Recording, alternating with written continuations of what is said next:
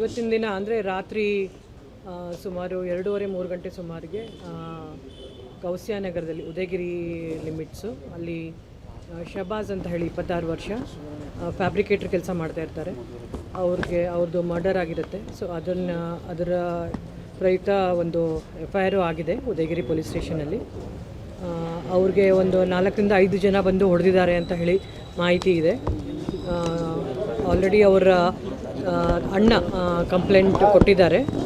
ಅವ್ರಿಗೆ ಮೊದಲಿಂದ old enmity ಇತ್ತು ಅಂತ ಹೇಳಿ, ಮತ್ತು ಅವರು ಇಬ್ಬರು ಅಣ್ಣ ತಮ್ಮ ಇಬ್ಬರು ಅಲ್ಲಿ ಮನೆ ಪಕ್ಕ ಆಟೋ ಪಾರ್ಕಿಂಗ್ ಮಾಡ್ತಾರೆ. ಆಟೋ ಪಾರ್ಕಿಂಗಲ್ಲಿ ಒಂದು 20 ರೂಪಾಯಿ ಒಂದು ಆಟೋಗೆ ಬರುತ್ತೆ, ಅದನ್ನು ಕಲೆಕ್ಟ್ ಮಾಡ್ತಾರೆ ಎವ್ರಿ ರಾತ್ರಿ ಅಂತ ಹೇಳಿ. ಸೊ ಆ ಟೈಮಲ್ಲಿ ಇದು ಮರ್ಡರ್ ಆಗಿದೆ ಅಂತ ಹೇಳಿ ಗೊತ್ತಾಗಿದೆ.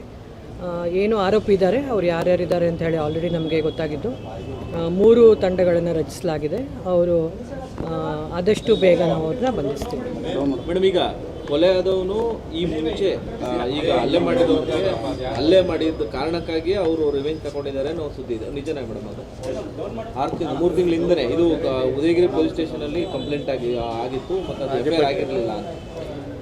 ಆ ಥರ ಏನೂ ಇಲ್ಲ, ಬಟ್ ಅವ್ರದ್ದು ಓಲ್ಡ್ ಎನಿಮಿಟಿ ಇತ್ತು ಅಂತ ಹೇಳಿ ಅವ್ರ ಅಣ್ಣ ಏನು ಈಗ ಕಂಪ್ಲೇಂಟ್ ಕೊಟ್ಟಿದ್ದಾರೆ ಅದರಲ್ಲಿ ಹೇಳಿದ್ದಾರೆ. ಸೊ ನಾವು ತನಿಖೆ ಮಾಡಬೇಕಾದ್ರೆ ಏನು ರೀಸನ್ ಏನೇನಿತ್ತು ಅಂತ ಹೇಳಿ ನಾವು ಅದನ್ನು ಇನ್ವೆಸ್ಟಿಗೇಷನಲ್ಲಿ ತೊಗೊಂಡು ಬರ್ತೀವಿ. ಮೇಡಮ್, ಮತ್ತೊಂದು ನಿನ್ನೆ RFO ಒಬ್ಬರದ್ದು ಹೋಟೆಲಲ್ಲಿ ಶವ ಸಿಕ್ಕಿತ್ತು. ಅದು ಯಾವ ರೀತಿ ಅಂತ, ಅವ್ರ ಜೊತೆಗಿದ್ದ ಸ್ನೇಹಿತ ಒಬ್ಬ ಪಾಟೀಲ್ ಅಂತೇಳಿ ಯಾವ ಕಾರಣಕ್ಕಾಗಿ ಈ ಘಟನೆ ಆಗಿದೆ? RFO ಕಾಂತರಾಜು ಅಂತ ಹೇಳಿ ಅವ್ರದ್ದು ಲಷ್ಕರ್ ಲಿಮಿಟ್ಸಲ್ಲಿ ಒಂದು ಲಾಡ್ಜ್ ಪಕ್ಕ ಅವ್ರದ್ದು ಬಿದ್ದಿರ್ತಾರೆ. ಸೊ ಅದನ್ನು ನಾವು ನಮ್ಮ ಸೋಕೋ ಟೀಮ್ ಏನು ಸೀನ್ ಆಫ್ ಕ್ರೈಮ್ ಆಫೀಸರ್ಸ್ ಇದ್ದಾರೆ, ಅವರು ಹೋಗಿ ಅದನ್ನು ಪ್ರಾಥಮಿಕ ವಿಚಾರಣೆ ಎಲ್ಲ ಮಾಡಿ ಅದನ್ನು ನಾವು ಬಾಡಿನ ಶಿಫ್ಟ್ ಮಾಡಿದ್ದೀವಿ KR ಹಾಸ್ಪಿಟಲ್ಗೆ. ಯಾಕಂತಂದರೆ ಅವ್ರದ್ದು ಪೇರೆಂಟ್ಸು ಬಿಜಾಪುರದಲ್ಲಿದ್ದಾರೆ. ಸೊ ಅವರು ಇವತ್ತು ಬಂದಿದ್ದಾರೆ. ಅವರು ಏನು ಕಂಪ್ಲೇಂಟ್ ಕೊಡ್ತಾರೆ ಅದ್ರ ಪ್ರಯುಕ್ತ ನಾವು ಕಂಪ್ಲೇಂಟನ್ನು ರಿಜಿಸ್ಟರ್. ಯಾವ ಕಾರಣಕ್ಕಾಗಿದೆ ಅಂತ ಗೊತ್ತಾಗಿದೆ ಬೇಸಿಕ್ ಮೇಲ್ನೋಟಕ್ಕೆ ನಾವು ಹೇಳಕ್ಕೆ ಬರೋದಿಲ್ಲ. ಅದೇನು FSL ರಿಪೋರ್ಟ್ ಬರುತ್ತೆ, PM ರಿಪೋರ್ಟ್ ಬರುತ್ತೆ. ಈಗ ಇನ್ನೂ 1-2 ದಿನದಲ್ಲಿ PM ರಿಪೋರ್ಟ್ ಬರುತ್ತೆ. ಅದ್ರ ಪ್ರಕಾರ ನಾವು ಹೇಳ್ತೀನಿ ಮತ್ತೆ ಮುಂದಿನ. ಮೂರನೇ ಲಾಡ್ಜಲ್ಲಿ ಅದು ಎಲ್ಲಿ ಬಿದ್ದಿರ್ತಾರೆ ಅಲ್ಲಿಂದ ನಾವು ಸೀನ್ ಆಫ್ ಕ್ರೈಮ್ ಅಂತ ತೊಗೊಂಡಿದ್ದೀವಿ. ಇವತ್ತು ಅವ್ರದ್ದು ಬ್ಲಡ್ ರಿಲೇಟಿವ್ಸ್ ಬಂದಿದ್ದಾರೆ. ಅವ್ರ ಬಗ್ಗೆ ವಿಚಾರ ಮಾಡಿ ಸಾವು ಯಾವ ರೀತಿ ಆಗಿದೆ ಅಂತ ಹೇಳಿ PM ವರದಿಲಿ ಬರುತ್ತೆ. ಅದು ಬಂದ ಮೇಲೆ ನಾನು ಮತ್ತೆ ತಮಗೆಲ್ಲ ತಿಳಿಸ್ತೀನಿ. Thank you. ಇವತ್ತಿನ ದಿನ ಅಂದರೆ ರಾತ್ರಿ ಸುಮಾರು 2:30-3 ಗಂಟೆ ಸುಮಾರಿಗೆ ಗೌಸಿಯಾ ನಗರದಲ್ಲಿ ಉದಯಗಿರಿ ಲಿಮಿಟ್ಸು ಅಲ್ಲಿ ಶಬಾಜ್ ಅಂತ ಹೇಳಿ 26 ವರ್ಷ ಫ್ಯಾಬ್ರಿಕೇಟರ್ ಕೆಲಸ ಮಾಡ್ತಾ ಇರ್ತಾರೆ.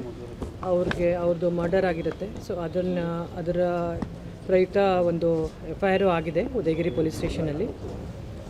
ಅವ್ರಿಗೆ ಒಂದು 4-5 ಜನ ಬಂದು ಹೊಡೆದಿದ್ದಾರೆ ಅಂತ ಹೇಳಿ ಮಾಹಿತಿ ಇದೆ. ಆಲ್ರೆಡಿ ಅವರ ಅಣ್ಣ ಕಂಪ್ಲೇಂಟ್ ಕೊಟ್ಟಿದ್ದಾರೆ. ಅವ್ರಿಗೆ ಮೊದಲಿಂದ ಓಲ್ಡ್ ಎನಿಮಿಟಿ ಇತ್ತು ಅಂತ ಹೇಳಿ, ಮತ್ತು ಅವರು ಇಬ್ಬರು ಅಣ್ಣ ತಮ್ಮ ಇಬ್ಬರು ಅಲ್ಲಿ ಮನೆ ಪಕ್ಕ ಆಟೋ ಪಾರ್ಕಿಂಗ್ ಮಾಡ್ತಾರೆ.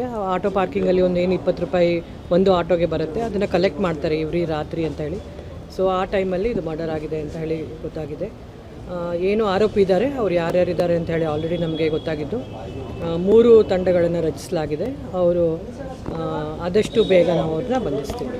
ಮೇಡಮ್, ಈಗ ಕೊಲೆ ಆದವನು ಈ ಮುಂಚೆ ಈಗ ಹಲ್ಲೆ ಮಾಡಿದ ಕಾರಣಕ್ಕಾಗಿ ಅವರು ರಿವೆಂಜ್ ತಗೊಂಡಿದ್ದಾರೆ ಅನ್ನೋ ಸುದ್ದಿ ಇದೆ. ನಿಜನೇ ಮೇಡಮ್? ಅದು 3 ತಿಂಗಳಿಂದನೇ ಇದು ಉದಯಗಿರಿ ಪೊಲೀಸ್ ಸ್ಟೇಷನಲ್ಲಿ ಕಂಪ್ಲೇಂಟ್ ಆಗಿತ್ತು ಮತ್ತು ಅದು FIR ಆಗಿರಲಿಲ್ಲ ಅಂತ. ಆ ಥರ ಏನೂ ಇಲ್ಲ, ಬಟ್ ಅವ್ರದ್ದು ಓಲ್ಡ್ ಎನಿಮಿಟಿ ಇತ್ತು ಅಂತ ಹೇಳಿ ಅವ್ರ ಅಣ್ಣ ಏನು ಈಗ ಕಂಪ್ಲೇಂಟ್ ಕೊಟ್ಟಿದ್ದಾರೆ ಅದರಲ್ಲಿ ಹೇಳಿದ್ದಾರೆ. ಸೊ ನಾವು ತನಿಖೆ ಮಾಡಬೇಕಾದ್ರೆ ಏನು ರೀಸನ್ ಏನೇನಿತ್ತು ಅಂತ ಹೇಳಿ ನಾವು ಅದನ್ನು ಇನ್ವೆಸ್ಟಿಗೇಷನಲ್ಲಿ ತೊಗೊಂಡು ಬರ್ತೀವಿ. ಮೇಡಮ್, ಮತ್ತೊಂದು ನಿನ್ನೆ RFO ಒಬ್ಬರದ್ದು ಹೋಟೆಲಲ್ಲಿ ಶವ ಸಿಕ್ಕಿತ್ತು. ಅದು ಯಾವ ರೀತಿ ಅಂತ, ಅವ್ರ ಜೊತೆಗಿದ್ದ ಸ್ನೇಹಿತ ಒಬ್ಬ ಪಾಟೀಲ್ ಅಂತೇಳಿ ಯಾವ ಕಾರಣಕ್ಕಾಗಿ ಈ ಘಟನೆ ಆಗಿದೆ? RFO ಕಾಂತರಾಜು ಅಂತ ಹೇಳಿ ಅವ್ರದ್ದು ಲಷ್ಕರ್ ಲಿಮಿಟ್ಸಲ್ಲಿ ಒಂದು ಲಾಡ್ಜ್ ಪಕ್ಕ ಅವ್ರದ್ದು ಬಿದ್ದಿರ್ತಾರೆ.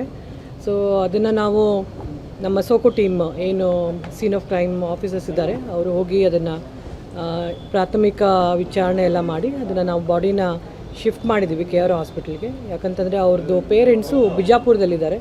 ಸೊ ಅವರು ಇವತ್ತು ಬಂದಿದ್ದಾರೆ. ಅವರು ಏನು ಕಂಪ್ಲೇಂಟ್ ಕೊಡ್ತಾರೆ ಅದ್ರ ಪ್ರಯುಕ್ತ ನಾವು ಕಂಪ್ಲೇಂಟನ್ನು ರಿಜಿಸ್ಟರ್. ಯಾವ ಕಾರಣಕ್ಕಾಗಿದೆ ಅಂತ ಗೊತ್ತಾಗಿದೆ ಬೇಸಿಕ್ ಮೇಲ್ನೋಟಕ್ಕೆ ನಾವು ಹೇಳಕ್ಕೆ ಬರೋದಿಲ್ಲ. ಅದೇನು FSL ರಿಪೋರ್ಟ್ ಬರುತ್ತೆ, PM ರಿಪೋರ್ಟ್ ಬರುತ್ತೆ. ಈಗ ಇನ್ನೂ ಒಂದು 2 ದಿನದಲ್ಲಿ PM ರಿಪೋರ್ಟ್ ಬರುತ್ತೆ, ಅದ್ರ ಪ್ರಕಾರ ನಾವು ಹೇಳ್ತೀನಿ ಮತ್ತೆ ಮುಂದಿನ.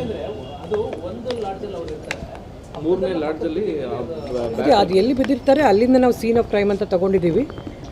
ಇವತ್ತು ಅವ್ರದ್ದು ಬ್ಲಡ್ ರಿಲೇಟಿವ್ಸ್ ಬಂದಿದ್ದಾರೆ, ಅವ್ರ ಬಗ್ಗೆ ವಿಚಾರ ಮಾಡಿ ಸಾವು ಯಾವ ರೀತಿ ಆಗಿದೆ ಅಂತ ಹೇಳಿ PM ವರದಿಲಿ ಬರುತ್ತೆ. ಅದು ಬಂದ ಮೇಲೆ ನಾನು ಮತ್ತೆ ತಮಗೆಲ್ಲ ತಿಳಿಸ್ತೀನಿ. Thank you. ಇವತ್ತಿನ ದಿನ ಅಂದರೆ ರಾತ್ರಿ ಸುಮಾರು 2:30-3 ಗಂಟೆ ಸುಮಾರಿಗೆ ಗೌಸಿಯಾ ನಗರದಲ್ಲಿ ಉದಯಗಿರಿ ಲಿಮಿಟ್ಸು ಅಲ್ಲಿ ಶಬಾಜ್ ಅಂತ ಹೇಳಿ 26 ವರ್ಷ ಫ್ಯಾಬ್ರಿಕೇಟರ್ ಕೆಲಸ ಮಾಡ್ತಾ ಇರ್ತಾರೆ. ಅವ್ರದ್ದು ಮರ್ಡರ್ ಆಗಿರುತ್ತೆ. ಸೊ ಅದರ ಪ್ರಯುಕ್ತ ಒಂದು FIR ಆಗಿದೆ ಉದಯಗಿರಿ ಪೊಲೀಸ್ ಸ್ಟೇಷನಲ್ಲಿ. ಅವ್ರಿಗೆ ಒಂದು 4ರಿಂದ 5 ಜನ ಬಂದು ಹೊಡೆದಿದ್ದಾರೆ ಅಂತ ಹೇಳಿ ಮಾಹಿತಿ ಇದೆ. ಆಲ್ರೆಡಿ ಅವರ ಅಣ್ಣ ಕಂಪ್ಲೇಂಟ್ ಕೊಟ್ಟಿದ್ದಾರೆ. ಅವ್ರಿಗೆ ಮೊದಲಿಂದ ಓಲ್ಡ್ ಎನಿಮಿಟಿ ಇತ್ತು ಅಂತ ಹೇಳಿ, ಮತ್ತು ಅವರು ಇಬ್ಬರು ಅಣ್ಣ ತಮ್ಮ ಇಬ್ಬರು ಅಲ್ಲಿ ಮನೆ ಪಕ್ಕ ಆಟೋ ಪಾರ್ಕಿಂಗ್ ಮಾಡ್ತಾರೆ. ಆಟೋ ಪಾರ್ಕಿಂಗಲ್ಲಿ ಒಂದು ಏನು 20 ರೂಪಾಯಿ ಒಂದು ಆಟೋಗೆ ಬರುತ್ತೆ, ಅದನ್ನು ಕಲೆಕ್ಟ್ ಮಾಡ್ತಾರೆ ಇವ್ರಿ ರಾತ್ರಿ ಅಂತ ಹೇಳಿ. ಸೊ ಆ ಟೈಮಲ್ಲಿ ಇದು ಮರ್ಡರ್ ಆಗಿದೆ ಅಂತ ಹೇಳಿ ಗೊತ್ತಾಗಿದೆ.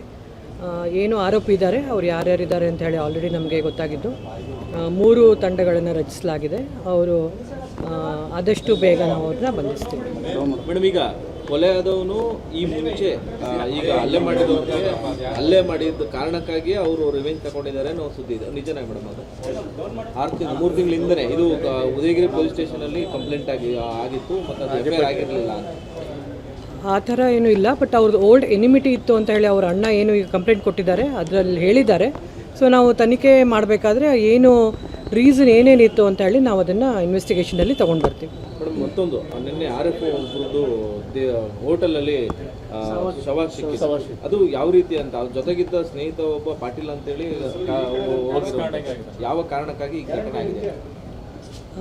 RFO ಕಾಂತರಾಜು ಅಂತ ಹೇಳಿ ಅವ್ರದ್ದು ಲಷ್ಕರ್ ಲಿಮಿಟ್ಸಲ್ಲಿ ಒಂದು ಲಾಡ್ಜ್ ಪಕ್ಕ ಅವ್ರದ್ದು ಬಿದ್ದಿರ್ತಾರೆ.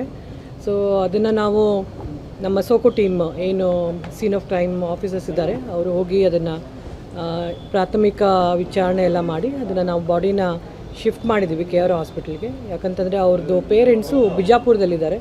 ಸೊ ಅವರು ಇವತ್ತು ಬಂದಿದ್ದಾರೆ. ಅವರು ಏನು ಕಂಪ್ಲೇಂಟ್ ಕೊಡ್ತಾರೆ ಅದ್ರ ಪ್ರಯುಕ್ತ ನಾವು ಕಂಪ್ಲೇಂಟನ್ನು ರಿಜಿಸ್ಟರ್. ಯಾವ ಕಾರಣಕ್ಕಾಗಿದೆ ಅಂತ ಗೊತ್ತಾಗಿದೆ ಬೇಸಿಕ್ ಮೇಲ್ನೋಟಕ್ಕೆ ನಾವು ಹೇಳಕ್ಕೆ ಬರೋದಿಲ್ಲ. ಅದೇನು FSL ರಿಪೋರ್ಟ್ ಬರುತ್ತೆ, PM ರಿಪೋರ್ಟ್ ಬರುತ್ತೆ. ಈಗ ಇನ್ನೂ ಒಂದು 2 ದಿನದಲ್ಲಿ PM ರಿಪೋರ್ಟ್ ಬರುತ್ತೆ, ಅದ್ರ ಪ್ರಕಾರ ನಾವು ಹೇಳ್ತೀನಿ ಮತ್ತೆ ಮುಂದಿನ. ಮೂರನೇ ಲಾಡ್ಜಲ್ಲಿ ಅದೇ ಅದು ಎಲ್ಲಿ ಬಿದ್ದಿರ್ತಾರೆ ಅಲ್ಲಿಂದ ನಾವು ಸೀನ್ ಆಫ್ ಕ್ರೈಮ್ ಅಂತ ತೊಗೊಂಡಿದ್ದೀವಿ.